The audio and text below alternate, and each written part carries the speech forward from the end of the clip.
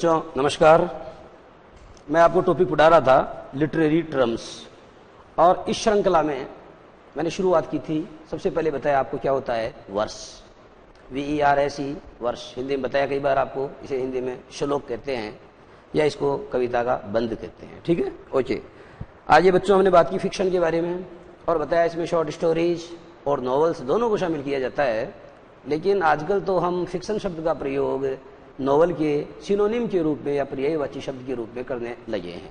एक बात ये भी बताइए आपको कि फिक्शन का मतलब ही कल्पना होता है, इसलिए बताया गया, इसलिए आपको बताया है कि जो फिक्शन होता है ये क्या होता है, it is more field rather than factual. ये फैक्चुअल नहीं होता है, इसमें जो बातें होती है वो तथ्यात्मक नहीं होती।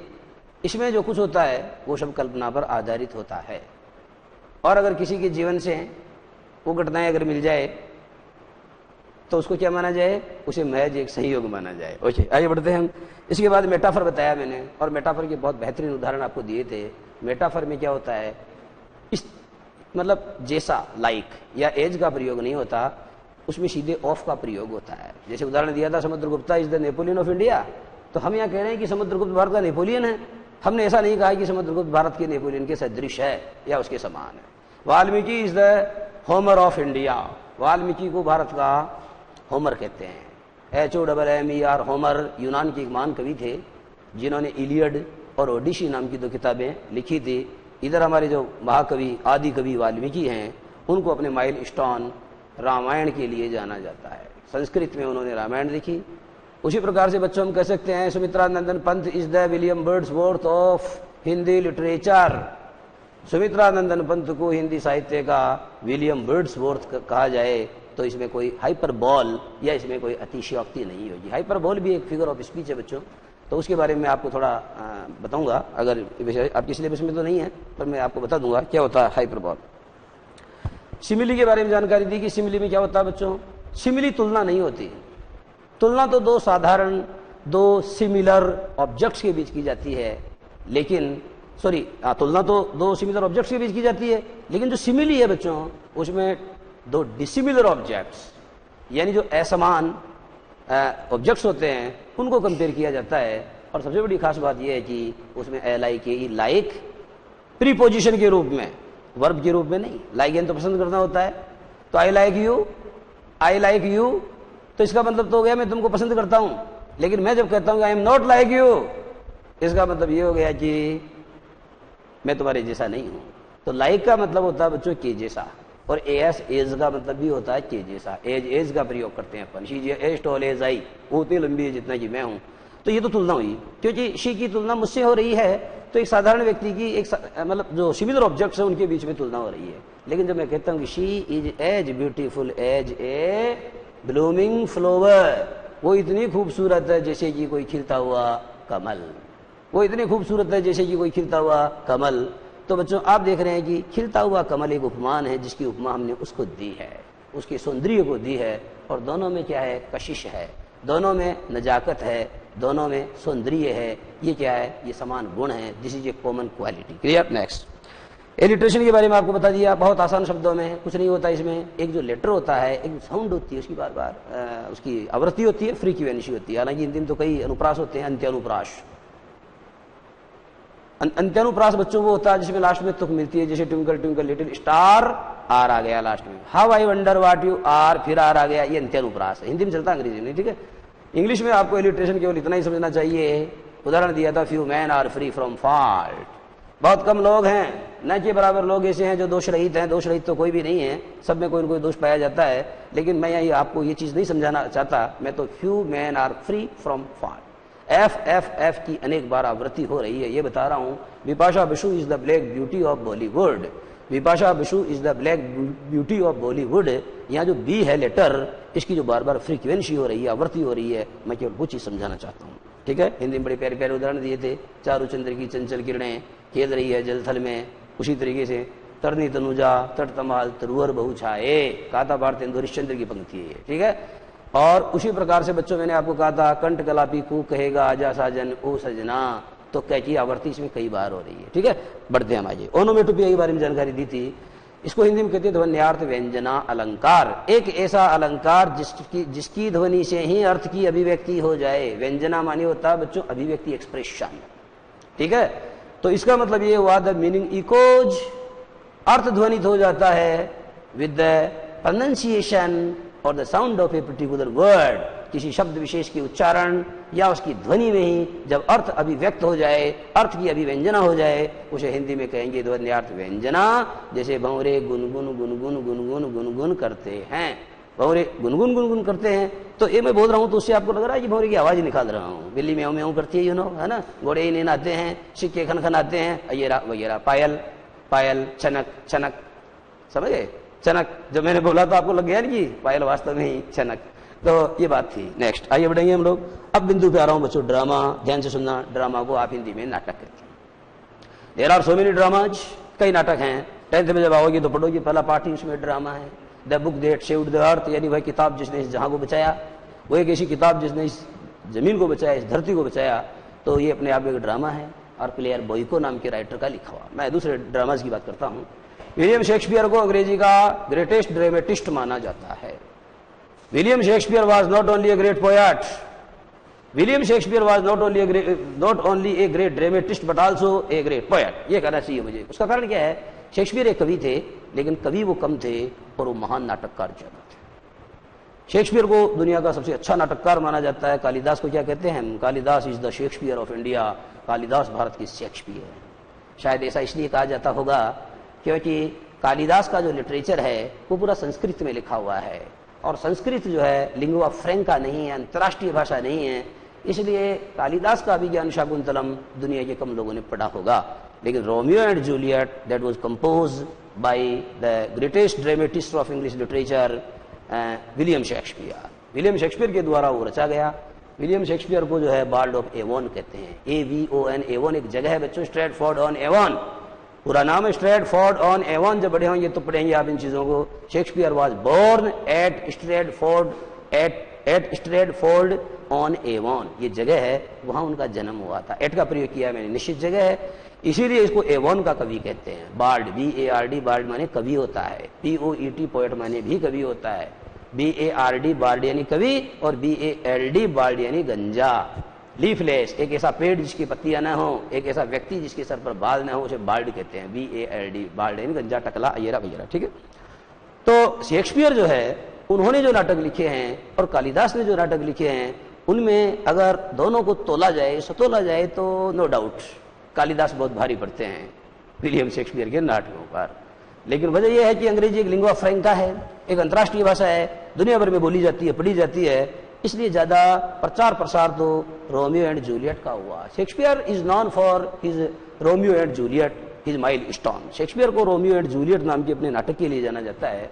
रोमियो और एंड जूलियट बच्चों, वो नाटक में भी ट्रेजेडी है। ट्रेजेडी नाटक दो प्रकार के होते हैं, एक नाटक सुखांत होता है, जिसमें अंत में नायक और नायिका का मिलन हो जाता है, उसे सुखांत कहते हैं। अभिज्ञान शाकुंतलम रिटन बाय कालिदास, आपने इसकी कहानी सुनी होगी। इसमें अंत में जो नायक दुष्यंत और नायिका शकुंतला दोनों का प्रेम मिलन होता है। इसलिए ऐसे नाटक को अंग्रेजी में कॉमेडी और हिंदी में कामदी या सुखांत कहते हैं। जिसका सुखपूर्ण अंत हो, जिसमें नायक और नायिका का अंततोगत्वा मिलन हो जाए, उसे आप कहते हैं। एक आफ्ताब शिवदासनी की मूवी है, मुझे ठीक से उसका नाम याद नहीं है, परंतु वो ट्रेजेडी है, क्योंकि उसमें लास्ट में क्या है कि जो नायक और नायिका दोनों हैं, उनका मिलन नहीं हो पाता है।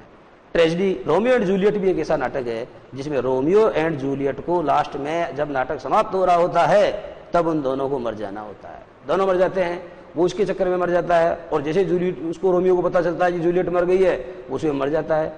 और जबकि उसको पता चलता है कि वो मर गई है, लेकिन वो वास्तव में मरी नहीं थी, और जब उसको पता चलता है कि ये मर गया है, तो वो भी सुसाइड कर लेती है। तो इस तरीके से बच्चों इसको माना जाएगा क्या? ट्रेजेडी। ट्रेजेडी एंड कॉमेडी विलोम शब्द है, बोर्ड पे लिख के बताता हूं।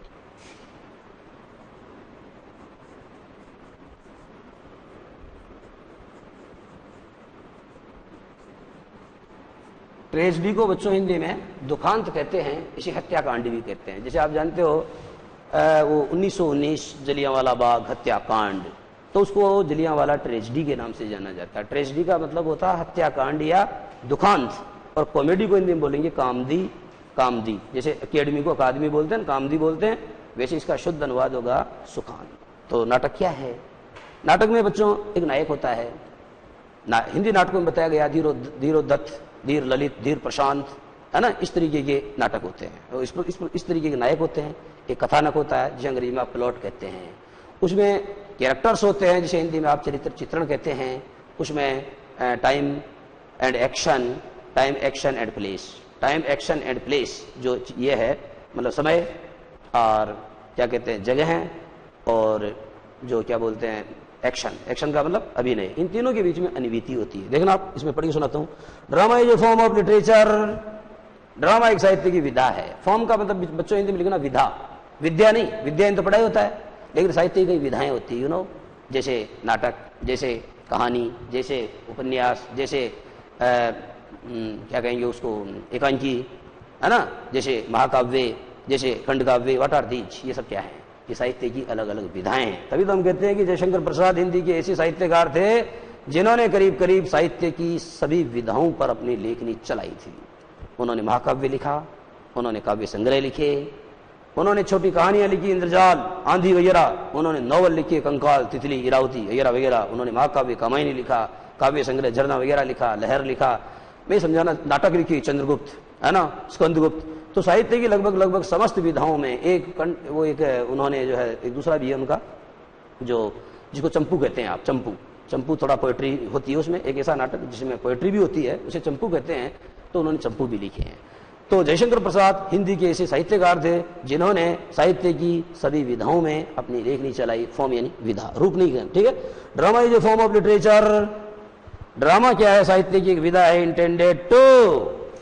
इंटेंडेड टू को अंडरलाइन करो बच्चों, और ये सदैव याद रखो कि इसका अर्थ होता है प्रयोजन, meant, MEANT, which is meant, जिसका प्रयोजन या जो अभिप्रेत होता है, to be performed before an audience in a theatre. देखो बच्चों, नाटक का उद्देश्य, नाटक का प्रयोजन होता है कि उसे दर्शकों के सामने मंच के ऊपर मंचित किया जाए। और हिंदी साहित्य के महान नाटककार जयशंकर प्रसाद को नाट्य मतलब नाटकों की दृष्टि से या महान नाटककार की दृष्टि से उनको असफल माना गया है। वजह यही है कि उनके नाटक जो है वो मंच की दृष्टि से सफल नहीं है। मंच के ऊपर जब भी उनके नाटकों को फिल्माया जाता है तो उसके डायलॉग इतने बड़े हैं कि जब कोई अभिनेता डायलॉग बोलता है तो स्वयं जब अंत में जाता है तो उसने पहले क्या बोला था खुद भूल जाता है। एक बात। दूसरी बात यह है कि जयशंकर प्रसाद के जो नाटक है उनको फिल्माने के लिए तो बहुत अधिक द्रव्य चाहिए, बहुत अधिक सुख सुविधा चाहिए, और कई नाटकों को फिल्माने की कोशिश भी की गई है, परंतु वो बात नहीं है। मोहन राकेश आधे अधूरे, है ना, नाटक है उनका, बड़ा फेमस है और खूब मंचित हुआ है। भारतेंदु हरिश्चंद्र को बहुत अच्छा नाटककार माना जाता है।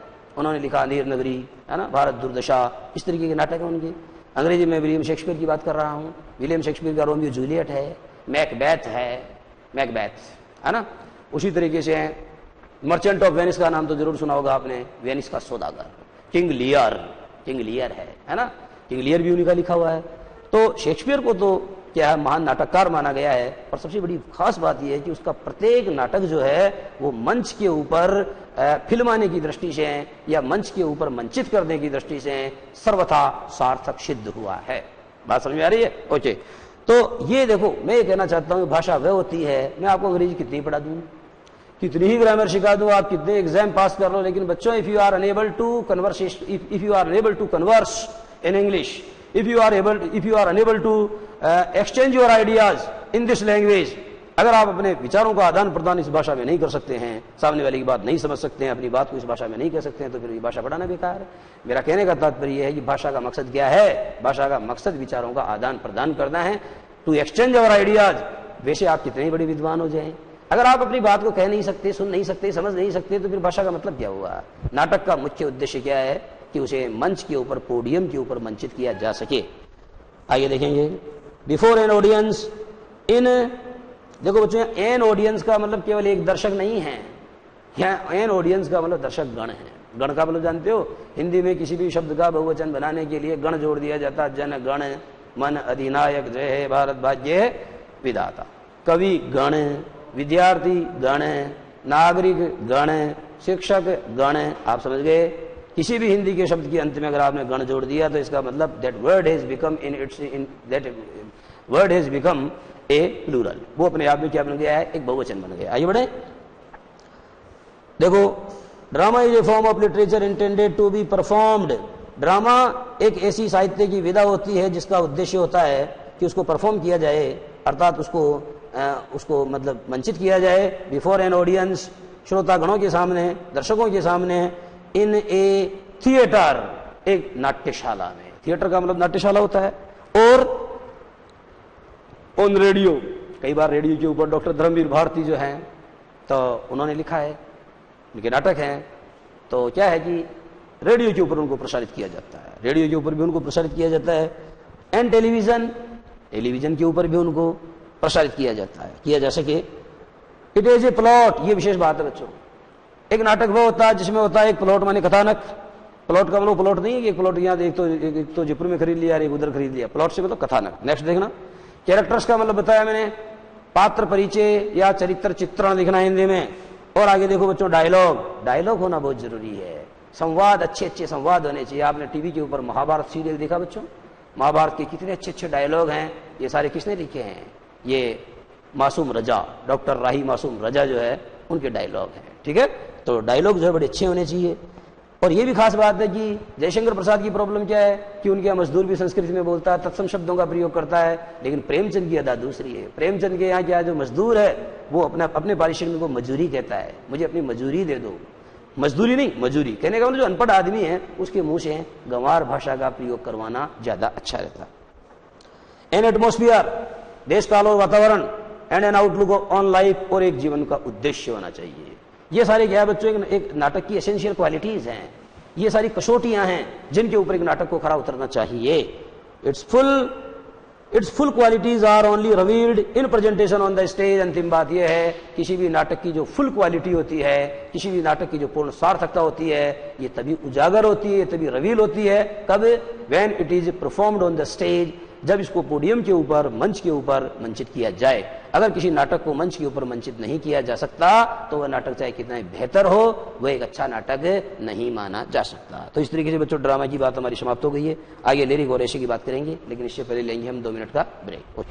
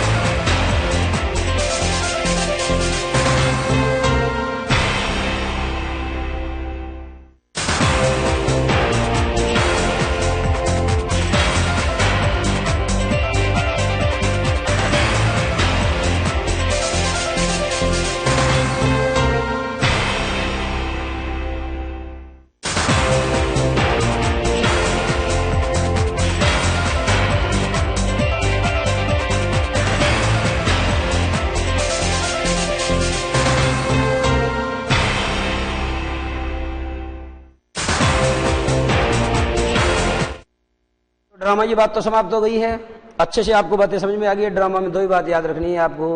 पहली बात तो बच्चों, ड्रामा साहित्य की एक ऐसी विधा है जिसका उद्देश्य क्या होता है, थिएटर, रेडियो या टेलीविजन के ऊपर जो श्रोतागण हैं उनके सामने उसे वंचित करना, उसका उद्देश्य होता है। दूसरी बात, इसकी क्वालिटीज क्या क्या होती है, जो बताया मैंने आपको। प्लॉट होना चाहिए, उसमें एक कथानक होना चाहिए, ठीक है। उसके अलावा आपको बताया characters, dialogue, atmosphere, outlook on life, ठीक है बच्चों। और अंतिम बात क्या है, वही बात है जो रिपीट होकर आ रही है कि एक नाटक की सभी गुणवत्ताएं तब प्रकाश में आती है जबकि उसको मंच के ऊपर मंचित किया जाता है। क्लियर है? नेक्स्ट। आज है बच्चों लिरिक। लिरिक के बारे में बताता हूं क्या है लिरिक। अगर बच्चों आपने कोई भी मूवी देखी है, मूवी, तो आप देखते हैं कि जब मूवी स्टार्ट होती है तो उस पर लिखा रहता है कैरेक्टर्स, पात्र, फिर अमिताभ, जया, है ना, हेमा, अजयरा वगैरह चलते रहते हैं। एक शब्द लिरिक भी आता है। और लिरिक के आगे जनरली क्या लिखा रहता है आपको पता है? लिरिक के आगे लिखा रहता है कभी कभी आनंद बख्शी, ये लिखा रहता है। कभी कभी आनंद बख्शी नहीं लिखा होता तो क्या लिखा हुआ होता है? कभी कभी होता है मजरूह सुल्तानपुरी,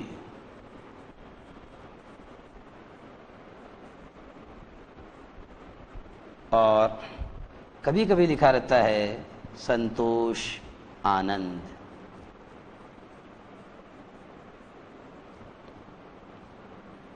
कभी कभी लिखा रहता है नीरज गोपाल दास नीरज। ये क्या है बच्चों? ये गीतकार है। ये गीतकार है तो फिर लिरिक क्या है? ये लिरिसिस्ट हैं। ये इन सबको क्या कहा जाएगा? देखो, LYRICIST।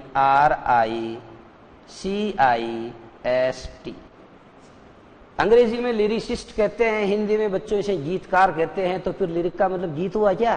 फिर सॉन्ग क्या होता है? सॉन्ग, ऐसा सॉन्ग यानी गीत होता है। लिरिक को बच्चों हिंदी में प्रगीत कह सकते हैं। लिरिक को हिंदी में प्रगीत कह सकते हैं। और जो लिरिक शब्द है बच्चों, इसकी उत्पत्ति तो लैटिन भाषा के शब्द से हुई है। और लायर नाम का जो वाद्य यंत्र है उसकी संगत में जो गाया जा सकता है एक छोटा सा गीत, जो केवल आपके दिल के केवल एक इमोशन को जगाता है। एक ऐसा गीत जो आपके दिल के केवल एक इमोशन को, जैसे प्रेम एक इमोशन है, नफरत एक इमोशन है, दुख करुणा दूसरा इमोशन है। ये जो संतोष आनंद है बच्चों, इन्होंने हमारी जो इंडियन जो बॉलीवुड की कई मूवीज है उसमें बहुत अच्छे अच्छे लिरिक्स लिखे हैं, है ना। जिंदगी और कुछ भी नहीं, तेरी मेरी कहानी है। ये जो लिरिक है, ये जो प्रगीत है, ये संतोष आनंद का लिखा हुआ है। जिंदगी की न टूटे लड़ी, ये जो प्रगीत है ये इनका लिखा हुआ है। नीरज को जाना जाता कारवां गुजर गया गुबार देखते रहे। कारवां गुजर गया स्वप्न झरे फूल से, मेद चुभे शूल से, लुट गए सिंगार सभी बाग के बबूल से, और हम खड़े खड़े बाहर देखते रहे। कारवां गुजर गया गुबार देखते रहे। ये लिरिक है बच्चों, ये इन्हीं की लिखी हुई है। बहुत पुरानी मूवी के अंदर इन्होंने लिखा है। मजरूह सुल्तानपुरी ने एक से एक लिखा है। आनंद बख्शी साहब ने बहुत अच्छे अच्छे कई लिरिक्स लिखे। अब मैं मुद्दे की बात पे आता हूँ। हिंदी में लिरिक्स चलती है बच्चों। छायावाद के जो कवि हैं हिंदी में, आपने छायावाद में जयशंकर प्रसाद का नाम सुना होगा। उन्होंने जो छोटी छोटी कविताएं लिखी है, उस कविता की खास बात क्या होती है लिरिक की? नंबर एक तो बच्चों इसकी जो भाषा होती है वह साधारणतः है। इसकी भाषा कोमलकांत पदावली होती है। कोमलकांत पदावली होती है, कल्पना का गजब का पुट होता है, और ये इसकी साइज बिल्कुल छोटी होती है। ये मुश्किल से 10-12 लाइन की होती है, सोनेट की तरह, है ना। और इसकी विशेषता यह है कि इसको गाया जा सकता है। रीति विभावरी जागरी, अंबर पनघट में डूब रही तारा घटुषा नागरी। उसी तरीके से ले चल मुझे भुलावा देकर मेरे नाविक धीरे धीरे, जिस निर्जन में सागर लहरी, अंबर के कानों में गहरी, निश्चल प्रेम कथा कहती हो तजको लाल की अवनीरी। क्या ये लिरिक है बच्चों? ये जयशंकर प्रसाद की लिखी हुई लिरिक है। तो लिरिक का मतलब आपको वर्दे वीणा वादिनी वर्दे, पंडित सूर्यकांत त्रिपाठी निराला ने प्रार्थना लिखी है, लेकिन this is a form of lyric. इसको लिरिक का एक फॉर्म माना जाना चाहिए। यह भी एक प्रगीत का रूप है। देखना इसमें क्या लिखा है। The term lyric was originally derived. ये जो शब्द है, टर्म यानी क्या होता है? शब्द, पारिभाषिक शब्द। ये जो शब्द है जिसको आप लिरिक कहते हैं, ये मूल रूप से, ओरिजिनली का मतलब मूल रूप से, डिराइव्ड यानी लिया गया फ्रॉम द ग्रीक वर्ड लिरिकोज। यूनानी भाषा का एक शब्द है बच्चों लिरिकोज। उस शब्द से लिरिक शब्द की उत्पत्ति मानी जाती है। लिरिक शब्द की उत्पत्ति किसे मानी जाती है? लिरिकोज नामक यूनानी शब्द से लिरिक शब्द की उत्पत्ति मानी जाती है। Meaning a poem to be sung to the lyre. मैंने बोला लायर एक वाद्य यंत्र होता है। फ्लूट क्या होती है? बांसुरी। ल्यूट क्या होती है? वीणा। एक हारमोनियम होता है, बाजा बजाते हैं, यू नो। और होता है क्या? Piano, PIANO, piano. उसी तरीके से क्या? Sitar, guitar, shehnai, ravanahatha. What are these all are musical instruments. ये सारे क्या म्यूजिकल इंस्ट्रूमेंट्स हैं। लायर एक म्यूजिकल इंस्ट्रूमेंट होता है और उसकी संगति में एक वाद्य यंत्र होता है, और उसकी संगति में जिस कविता को गाया जा सकता है उसे आप लिरिक कहते हैं। लिरिक की साइज कैसी होती है? छोटी होती है। हिंदी में कविता पढ़ी होगी बच्चों आप लोगों ने, निश्चित रूप से पढ़ी होगी। कौन से? सिंहासनी लुटे राजवंशों ने भ्रुकुटी तानी थी, बूढ़े भारत में भी आई फिर से नई जवानी थी, गुमी हुई आजादी की कीमत हम सबने पहचानी थी, दूर फिरंगी को करने की सबने मन में ठानी थी। ये लिरिक नहीं है बच्चों, ये बैलड है, BALLAD, ये वीर काव्य है। लेकिन जो छोटी कविता होती है, जैसे आपने सुमित्रानंदन पंत की कोई कविता पढ़ी हो तो वो लिरिक की श्रेणी में आती है। उन्होंने ज्यादातर लिरिक लिखे हैं। शिवमंगल सिंह सुमन की वो कविता जिसमें वो कहते हैं कि हमें न बांधो प्राचीरों में, हम पंछी उन्मुक्त गगन के पिंजरबद्ध न गा पाएंगे, कनक तीलियों से टकरा करके पुलकित पंख टूट जाएंगे। ये भी एक प्रगीत है। उसी तरीके से देखो बच्चों, जयशंकर प्रसाद के तो बहुत सारे हैं, मैंने जैसा कि आपको बताया है ना। तो ये देखो आप कि ये जो लिरिक होता है, the term lyric was originally derived from, ये फ्रॉम शब्द भी याद रखो, डिराइव का मतलब होता है लिया गया है, और ये अपने बाद में फ्रॉम लेता है, taken from. The term lyric was originally taken from the Greek word, ये यूनानी भाषा के शब्द से लिया गया है, लिरिकोज, मीनिंग जिसका मतलब होता है ए poem to be sung to the lawyer. To का मतलब होता है की संगति में, in the company of, in the company of, एक ऐसी कविता जिसको लायर की कंपनी में, लायर नाम के वाद्य यंत्र की कंपनी में जिस कविता को गाया जा सकता है, उसे आप क्या कहते हैं, उसे आप लिरिक कहते हैं। देखो, it now includes any poem, इसकी विशेषताएं क्या क्या है, इसकी विशेषताएं यह है बच्चों, इट नाउ इंक्लूड्स यानी अब इसमें अंतर्वलित हैं कोई भी कविता, अब इसमें कोई भी वह कविता अंतर्वलित है दैट इज शॉर्ट, जिसकी साइज क्या हो, छोटी सी हो, जिसकी शायद, जैसे टैगोर की वो बताई मैंने, कौन सी, where the mind is without fear, lyric ही तो है वो, और क्या है। तो देखो आप, any poem that is short, short होनी चाहिए, सिंपल होनी चाहिए, एंड सब्जेक्टिव, और बच्चों ये वस्तुनिष्ठ नहीं होनी चाहिए, व्यक्तिनिष्ठ होनी चाहिए। व्यक्तिनिष्ठ का मतलब होता है जहां कवि किसी घटना का इतिवृत्तात्मक वर्णन नहीं करता है, अपितु अपने दिल की कोई जो संवेदना है, संवेदना, उस संवेदना को शब्दों के माध्यम से प्रकट करता है। और दूसरी बात यह भी है कि इसमें कवि अपने लिए अपनी उपस्थिति दर्ज करवाता है, और अपने इसको फर्स्ट पर्सन स्टाइल के अंदर या उत्तम पुरुष शैली में लिखी जाती है। ठीक है, आगे देखेंगे आप, subjective and expresses a single thought, मैंने कहा ये केवल एक जज्बात की बात करती है, ये आपकी केवल एक संवेदना, आपका एक थॉट, आपका केवल एक विचार जो है वो इसमें अभिव्यक्त किया जाता है। जैसे मैंने आपको उदाहरण दिया थोड़ी देर पहले हिंदी में कि ले चल मुझे भुलावा देकर मेरे नाविक धीरे धीरे, इस कविता का मूल उद्देश्य इसमें एक ही बात है, जयशंकर प्रसाद के मन में जो पलायन की भावना है, सांसारिकता से दूर भागने की जो भावना है, केवल इसी संवेदना को पूरी कविता में अभिव्यक्त किया गया है। सोनेट भी वैसा ही होता है, लेकिन सोनेट में लास्ट में जो 2 पंक्तियां होती है, उन 2 पंक्तियों को कपलेट कहते हैं, और बाकी सारी कविताओं का सार उन दोनों पंक्तियों में, उस कपलेट में कह दिया जाता है। वैसे आप जानते हो, a sonnet is a poem of 14 lines, एक सोनेट जो है वो 14 लाइनों की कविता होती है, और 12 जो है वो तो अपनी जगह है, और अंतिम 2 जो जिसे आप अंग्रेजी में कपलेट कहते हैं, दोहा कहते हैं हिंदी में, उस कपलेट में उस पूरा जो कविता है उसका मैसेज या उसका सारांश या उसका सेंट्रल आइडिया अंतिम 2 पंक्ति में आ जाता है। खत्म हो। अब बच्चों बात चलती है ऐसे की ओर। आपने ललित निबंध हिंदी के अंदर चलते हैं, हमारे आचार्य हजारी प्रसाद द्विवेदी, आचार्य रामचंद्र शुक्ल, ये बड़े अच्छे निबंधकार हैं, कुबेरनाथ राय, ये बड़े अच्छे निबंधकार हैं। अंग्रेजी के निबंधकार William Hazlitt on the conduct of life, ये एशे है जो उन्होंने लिखा है, और बहुत ही बेहतर एशे है। तो बच्चों मैं आपको समझाना चाहता हूं कि जो एशे यानी होता निबंध, नहीं प्लस बंध, इसका मतलब यह है कि यह एक निश्चित विचारधारा में बंधा हुआ होता है, और निबंध कई प्रकार के होते हैं, ललित निबंध होते हैं, है ना।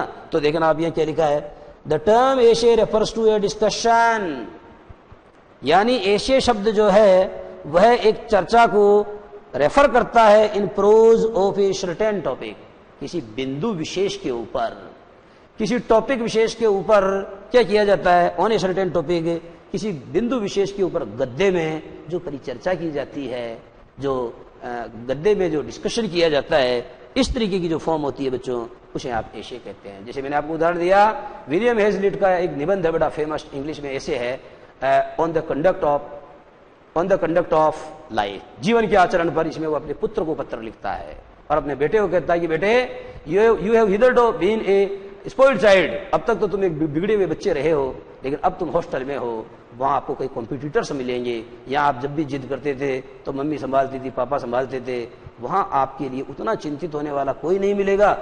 इसलिए जीवन में क्या है, अब खुद का दिया खुद बनो, स्वयं का दीपक स्वयं बनो, इस प्रकार का मैसेज है उसमें। तो देखो आप, एन एशे में भी क्लासिफाइड एज फॉर्मल और इनफॉर्मल। अंग्रेजी में निबंध को मुख्य रूप से दो भागों में बांटा जा सकता है, एक तो फॉर्मल जिसे आप हिंदी में कहेंगे औपचारिक, एक होता है इनफॉर्मल जिसे आप हिंदी में कहेंगे अनौपचारिक। Depending on it's subject and style, ये इस बात पर निर्भर करता है कि निबंध का विषय और उसकी शैली क्या है। निबंध को उसके विषय और उसकी शैली के आधार पर अंग्रेजी में दो भागों में बांटा जा सकता है, एक फॉर्मल होता है, दूसरा इनफॉर्मल होता है। इनफॉर्मल का मतलब अनौपचारिक जिसमें फॉर्मेलिटी नहीं हो, और जो फॉर्मल होता है उसमें फॉर्मेलिटी होती है, फॉर्मेलिटी होती है। ओके बच्चों, तो आइए बढ़ रहे हैं हम लोग। The formal essay is characterized by qualities of dignity. अब देखो बच्चों, बात यह है कि जो फॉर्मल एशे या औपचारिक एशे है उसमें क्या क्या विशेषताएं पाई जाती है। तो एक फॉर्मल एशे या औपचारिक एशे जो होता है उसकी मुख्य विशेषताएं बच्चों इस प्रकार है। नंबर एक, उसमें होती है डिग्निटी, अंडरलाइन कीजिए और इसका हिंदी अनुवाद लिखो, गरिमा होती है उसमें, गरिमा। गंवार भाषा का प्रयोग नहीं होता, ठीक है, गंवार भाषा का प्रयोग नहीं होता। उसमें क्या है, उसमें मर्यादित शब्दों का प्रयोग होता है, मर्यादित शब्दों का प्रयोग होता है, उसमें ग्राम्यत्व दोष नहीं होता। नेक्स्ट बढ़ाएं अपनी बात। उसमें सीरियस पर्पज होता है बच्चों, उसमें गंभीर संदेश निहित होता है, उसमें गंभीर संदेश निहित होता है। जैसे आपने हिंदी में पढ़ा होगा, छोटी क्लासों में चलता है, आचार्य हजारी प्रसाद द्विवेदी का एक बहुत प्यारा निबंध है, क्या निराश हुआ जाए, क्या निराश हुआ जाए, भीष्म को क्षमा नहीं किया गया। ये तो बड़ी क्लासों में आता है, लेकिन छोटी कक्षाओं में चलता है कौन सा, क्या निराश हुआ जाए। उसमें बच्चों एक मैसेज है, सदाचार का संदेश है। आइए बढ़ाएंगे अपनी बात। एंड लॉजिकल ऑर्गेनाइजेशन, और निबंध की यह भी विशेषता बच्चों कि ऐसी बात नहीं है कि बात तो राम की चल रही है फिर बीच में आपने कृष्ण को घुसा दिया, ऐसा नहीं है। उसमें लॉजिकल ऑर्गेनाइजेशन होना चाहिए, उसके अंदर तार्किक संगठन होना चाहिए, बिंदुवार, उसमें जो है बातों को बिंदुवार तरीके से, क्रमवार तरीके से कहा जाना चाहिए। निबंध की सबसे बड़ी विशेषता ही तारतम्य है। निबंध की सबसे बड़ी विशेषता क्या है बच्चों, तारतम्य। जैसे रेल को चलना है, मेरा मतलब ट्रेन, रेल तो नीचे होती है, ट्रेन को चलना है तो पटरी पर ही तो चलेगी, फिर आप उसको डीरेल करके इधर ले जा रहे हैं उधर ले जा रहे हैं तो मामला बिगड़ जाएगा। आपको उस धारा में चलना है, आपको उस मर्यादा में चलना है। तारतम्य जो है निबंध की सबसे बड़ी विशेषता है। आगे देखेंगे, इन द इनफॉर्मल एशेज, अनौपचारिक निबंधों में द ऑथर अज्यूम्स, ऑथर जो लेखक है वो अज्यूम करता है, वो मानता है, टोन ऑफ इंटीमेसी। उसमें क्या होता है बच्चों, इंटीमेसी होती है। क्या होता है इंटीमेसी? इंटीमेसी का मतलब होता है नैकट्य, समीपता, बहुत करीबीपन। तो आप जानते हैं कि इन द इनफॉर्मल एशेज, अनौपचारिक निबंधों में the author assumes A tone of intimacy, यानी जो लेखक है वह घनिष्ठता की टोन को या घनिष्ठता का सुर है उसे अपनाता है। सचेज बेकन्स पीरियोडिकल एशे, जैसे अंग्रेजी में बच्चों बेकन के जो पीरियोडिकल एशे थे वो सारे कौन सी श्रेणी में आते हैं, वो सारे इनफॉर्मल कैटेगरी में आते हैं। आइए, and the essays of Addison and Lamb, Charles Lamb के निबंध हैं। एडिशन, ये एडिशन वो नहीं है बच्चों, एक एडिशन वो भी था, मैंने आपको सेंटेंस भी लिखाया था, ये Edison invented not only the film projector, ठीक है, इन्होंने बट आल्सो इलेक्ट्रिक बल्ब और फिल्म प्रोजेक्टर को आविष्कार इन्होंने किया था, एडिशन ने। तो ये तो बच्चों साइंटिस्ट हैं, ये दूसरे एडिशन है, देखो ये एडिशन है और लैम है। अमंग द क्वालिटीज, अमंग का प्रयोग क्यों हो रहा है, जब दो से ज्यादा की चर्चा की जाए तो अमंग और केवल दो की चर्चा की जाए तो बिटवीन। तो लिखा है बच्चों, among the qualities that mark an एशे एज इनफॉर्मल आर, यह बताया गया है कि उन गुणों में से जो किसी निबंध को चिन्हित करते हैं, किस रूप में, जो किसी निबंध को अनौपचारिक श्रेणी में रखते हैं, जो किसी निबंध को अनौपचारिक श्रेणी में रखते हैं। तो बच्चों वो विशेषताएं कौन कौन सी है? नंबर एक, अनौपचारिक निबंध में क्या होता है बच्चों, ह्यूमर होता है। ह्यूमर को अंडरलाइन करो, इसका मतलब लिखो हिंदी में हास्य। एक ऐसा निबंध जिसमें क्या होता है, एक ऐसा निबंध जिसमें हास्य होता है। दूसरी विशेषता क्या होती है, ग्रेसफुल स्टाइल, शानदार शैली होती है। ग्रेसफुल का मतलब क्या होता है, गरिमापूर्ण शैली होती है। और ए पर्सनल एलिमेंट इसमें होता है बच्चों, इसमें होता है व्यक्तिगत संस्पर्श, समझ में आ रहा है, पर्सनल टच होता है इसमें। और आगे देखो, अनकन्वेंशनलिटी, इसमें बच्चों लकीर का फकीर होना नहीं होता। मेरा मतलब यह है कि ये परंपरागत नहीं होता, ये परंपरा से हटकर होता है, ये परंपरा से हटकर होता है। और नोवेल्टी ऑफ थीम, और जो थीम होता है इसका प्रतिपाद्य, हिंदी में क्या बोलते हैं बच्चों, थीम को लिखना प्रतिपाद्य, इसका प्रतिपाद्य जो उसमें बच्चों नयापन होता है, नोवेल्टी यानी नयापन होता है, इसके प्रतिपाद्य में नयापन होता है। और अपारंपरिकता यानी रूढ़ि मुक्त होता है, इसका प्रतिपाद्य रूढ़ियों से मुक्त तथा नएपन से, नवीनता से परिपूर्ण होता है। And freedom from stiffness and affectation. और बच्चों इसकी खास बात क्या होती है, अनौपचारिक निबंध में आडंबर नहीं होता। अफेक्टेशन को अंडरलाइन करो, इसका मीनिंग आडंबर होता है। इसमें आडंबर नहीं होता, इसमें स्टिफनेस का मतलब रिजिडनेस या इसमें कठोरता नहीं होती, इसमें लचीलापन होता है, इलास्टिसिटी होती है।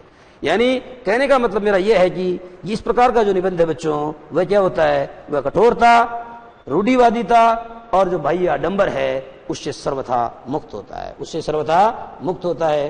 तो इस तरीके से बच्चों आपने देखा कि आपके जो लिटरेरी टर्म्स वाला टॉपिक है ये मैंने अच्छे से समझा दिया है, जितना बेहतर मैं आपको समझा सकता हूं। और परीक्षा में ये निश्चित रूप से आएगा। समझाने के लिए मैंने बाकी कुछ नहीं छोड़ा, याद करने के लिए छोड़ा है। याद तो करना पड़ेगा। क्या definition should be learn by heart. जो डेफिनेशन से परिभाषा है वो समझा मैंने दी है, अब आपको उनको लिख लिख के थोड़ा कंठस्थ याद करना है। एक एक उदाहरण भी याद कीजिए। मेटाफर की परिभाषा देने से ही काम नहीं चलेगा।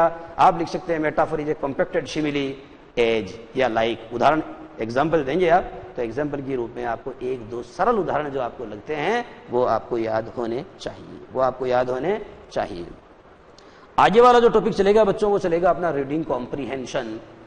उसको आप कहेंगे हिंदी में रीडिंग कॉम्प्रिहेंशन जो है बच्चों, एक बार लिखना।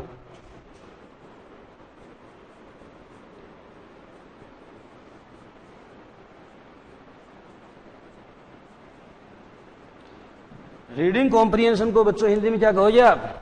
हिंदी में आप इसको कहोगे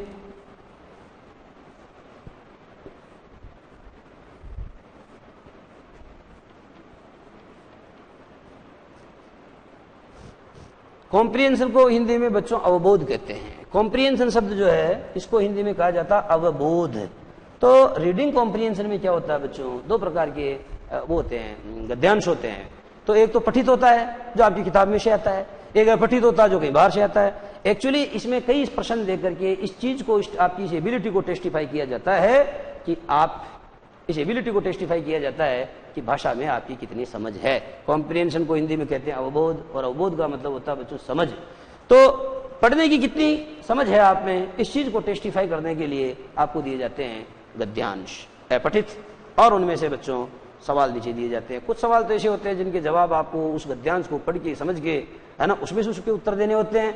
लेकिन कुछ क्वेश्चन ऐसे होते हैं बच्चों जो वाक्य पर आधारित होते हैं। जैसे इसमें एक शब्द आ गया ब्रेव, BREV ब्रेव, और आपको कह दिया कि साहब इस गद्यांश में से छांट के वह शब्द बताओ जो ब्रेव का सिनोनिम है। बॉल्ड, बॉल्ड यानी साहसी होता है। आपको कहा जा सकता है इसका विलोम शब्द क्या, इसका एंटोनिम क्या, वो बताइए, है ना। तो वो केप के ऊपर आधारित एक दो प्रश्न आते हैं। एक प्रश्न ऐसा आता है रेफर टू वाला। रेफर टू में क्या होता है, जैसे आई एम ए टीचर और नीचे लिखा हुआ है who does the word I here refer to. यहां पर आई शब्द किसको रेफर करता है, तब आपको ये आई हियर रेफर्स टू मेरा नाम लिखना पड़ेगा। सभी को पता है ना मेरा नाम, ठीक है। तो इस तरीके से बच्चों आपने देखा कि रीडिंग कॉम्प्रिहेंशन वाला टॉपिक जो है इस पर हम चर्चा करेंगे। लिटरेरी टर्म्स वाले को मैंने अच्छे से पढ़ा दिया है, लिख लिख के आप इसको पक्का कीजिए। और आगे वाला जो टॉपिक है उस पर मैं चर्चा करूंगा आपसे अगली क्लास में। तब तक के लिए बच्चों नमस्कार।